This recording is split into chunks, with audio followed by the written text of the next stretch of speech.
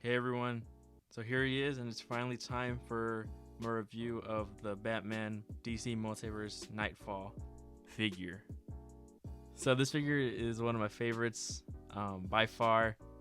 I was excited when he was first announced, and to tell you the truth, he lives up to the expectations. There are some little flaws, but overall I think this is, like I mentioned in my first video about this figure, this could well be the best Batman figure we have ever seen. So just gets into the box. He does come with his collector card and then also a base. I didn't take him out of the box because I kind of want to keep it as mint as possible. This is the back art of the box, which is really good art, and it's the same that's on the card. You see Batman Knightfall. But we're here to talk about the figure. So where to start? This figure feels great, looks great, and it just ultimately is just a great figure, in my unbiased opinion. Let's get to look at the head sculpt real quick.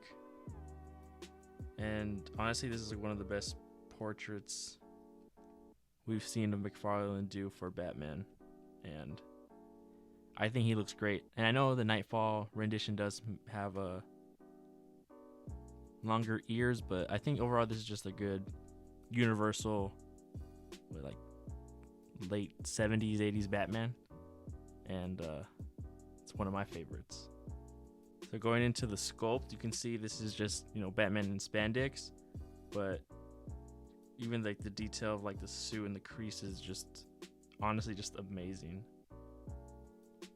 It doesn't have like that over texturized look that we see from McFarlane and other figures, so I think this is just great. And just all throughout the sculpt, just great, like little details that just make this figure pop. Especially that, like, this classic oval bat emblem. It is raised, so it is really good. It looks really nice. It's not like painted on, but that's just clean, and that just looks really good. Just overall, the sculpting is really good on the arms. You can tell like this is just a guy in a suit, and I think that's like the best thing about this figure. The cape itself is also nice. I'm not a big fan of plastic capes, but this is really soft plastic, and it's really light, so it doesn't really make the figure back heavy, and he can stand pretty well. So now for the articulation. Arms can go out good 90. They swivel. The little thing is, I think this is the smoothest like a shoulder butterfly like cuff rotation that I've seen on my figures, and it's really good. Bicep swivel, double pin elbow that can get this far, and this is one of my complaints, that when you bend the elbow all the way, it just doesn't really look clean. It really breaks up the sculpt a lot, and it doesn't look that good, but I can get past that. Arms, or the hands at least, can rotate and hinge like your typical McFarlane hinge joints, and they're also really nicely hidden in the sculpt, which I think is really great. His head, you can look up not that much, which is not that bad. The only thing, another complaint, is that he can't really look down, so you can't really have like his iconic like menacing pose, but that's fine. Look side to side, and then he has some swivel, which is good.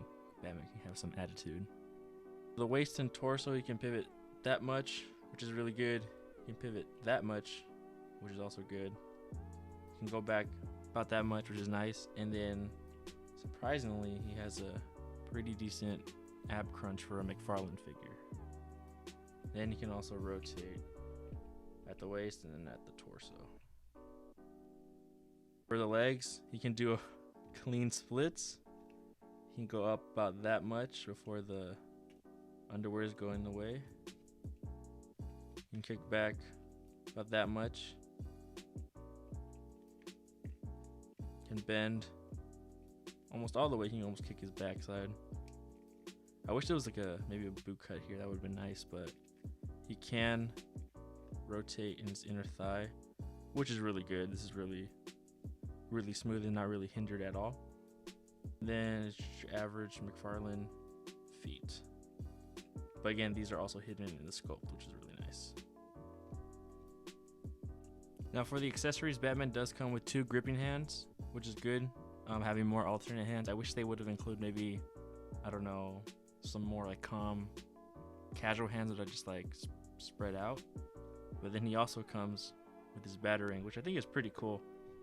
It is really small, so you be careful not to lose it. But overall, I do think it's nice, and it fits with the Batman figure.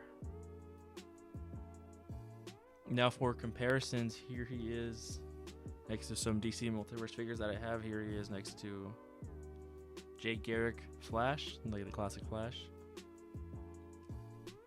Here he is next to Raven. Here he is to the gold label Beast Boy, which is also the same body mold as Nightwing. So once I get that figure, I think they'll go to scale pretty decently. And just cause here he is next to my Injustice 2 Page Punchers Batman. And I had this one on my shelf for a while, but he's definitely getting replaced with this figure. And finally, one of my other previous reviews and the best pairing I can find, here he is with Nightfall Catwoman. And I mean, these two just look great together. All I need is that Bane, but that's gonna be hard to find, especially for a good price.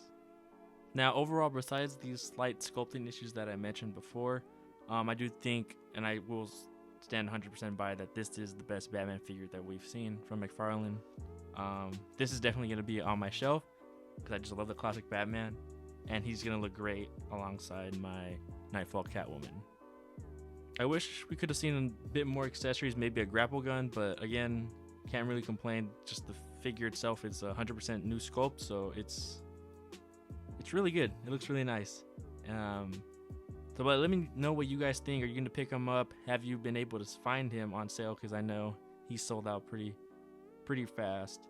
But on that note, thank you guys for sticking around, and I'll see you in the next one. Peace.